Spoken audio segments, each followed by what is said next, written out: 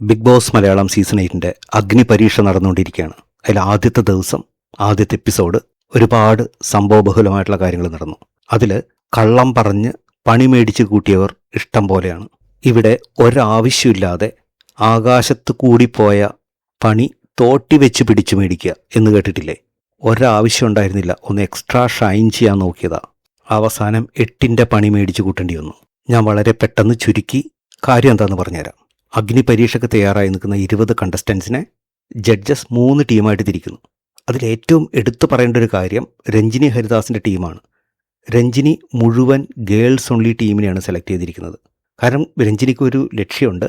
ടീമിൻ്റെ ഉള്ളിൽ തന്നെയുള്ള ഇൻ്റേണൽ മത്സരങ്ങൾ നടന്നു കഴിഞ്ഞാൽ ഒരു ലേഡി തന്നെയായിരിക്കണം തൻ്റെ ടീമിൽ നിന്ന് വിന്നറായിട്ട് പുറത്തേക്ക് പോകേണ്ടത്. ഇത്തവണ ഒരുപാട് പേര് കോമണറുടെ കൂട്ടത്തിൽ നിന്ന് സെലക്ട് ചെയ്യപ്പെടും ബിഗ് ബോസ് ഹൗസിലേക്ക്, ഒരാളല്ല. ഞാൻ നേരത്തെ സൂചിപ്പിച്ചല്ലോ, രഞ്ജിനി ഹരിദാസിൻ്റെ ടീം മുഴുവൻ ഗേൾസാണ്. അവിടെയുള്ള ഓരോ ആളുകളും സെൽഫ് ഇൻട്രോ നടത്തിക്കൊണ്ടിരിക്കുകയാണ്. അപ്പം അതിൻ്റെ കൂട്ടത്തിലുള്ള വർഷ അന്ന വിജിയുടെ ടേണായി. ആള് സിംഗറാണ്, ആലപ്പുഴക്കാരിയാണ്. ഒന്ന് എക്സ്ട്രാ ഒന്ന് ഷൈൻ ചെയ്ത് കളഞ്ഞേക്കാം എന്ന് തോന്നി. പുള്ളി ഒരു പരിധിവരെയൊക്കെ അതിൽ സക്സസ് ആയിട്ട് ഇങ്ങനെ നിൽക്കുകയാണ്. എൻ്റെ പേര് സാഗർ ഏലിയാസ് ജാക്കി എന്ന് പറയുന്ന പോലെയാണ്, കുറച്ച് നീളമുള്ള പേരാണ്, 3 വാക്കുകൾ ചേർന്നിട്ടുള്ള പേരാണ് എന്നൊക്കെ പറഞ്ഞിങ്ങനെ ഷൈൻ ചെയ്ത് നിൽക്കുകയാണ്. ആ സമയത്ത് രഞ്ജിനി ഹരിദാസ് ഒരു ചോദ്യം ചോദിച്ചു. ഇതിനു മുമ്പുള്ള ബിഗ് ബോസ് കണ്ടസ്റ്റൻസുകളിൽ സീസൺ 1 തുടങ്ങിയിട്ട് സീസൺ 7 വരെ പങ്കെടുത്തിട്ടുള്ള ആളുകളിൽ വിജിക്ക് ഏറ്റവും ഇഷ്ടപ്പെട്ടുള്ള ആളാരാ? അങ്ങനെ ഒരാളുണ്ടോ? ചുമ്മാ ഒന്ന് ന്യൂട്രൽ എന്തെങ്കിലുമൊക്കെ പറഞ്ഞൊന്ന് അഡ്ജസ്റ്റ് ചെയ്താൽ മതിയായിരുന്നു. ഈ സമയത്ത് വിജി ഇവിടെ സ്കോർ ചെയ്യാനായിട്ട് ശ്രമിച്ചു. എനിക്ക് ഏറ്റവും ഇഷ്ടം രഞ്ജിനിയാണ്, രഞ്ജിനിയാണ് വിന്നർ ആകേണ്ടത് എന്നൊക്കെയുള്ള രീതിയിലൊക്കെ അങ്ങ് പൊലിപ്പിച്ചു കാര്യങ്ങൾ. റെനീഷ ഭയങ്കര ഹാപ്പിയായി. റെനീഷ വിചാരിച്ചത് സത്യമാണെന്ന്. റെനീഷ ഉടനെ എന്തൊരു കോയിൻസിഡൻറ്റാ, നിങ്ങൾ സെയിം ടീമിൽ തന്നെ വന്നല്ലോ എന്നൊക്കെ പറഞ്ഞ് ഇങ്ങനെ നിൽക്കുന്ന സമയത്ത് രഞ്ജിനി ഇവരുടെ പ്രൊഫൈൽ എടുത്ത് നോക്കുകയാണ്.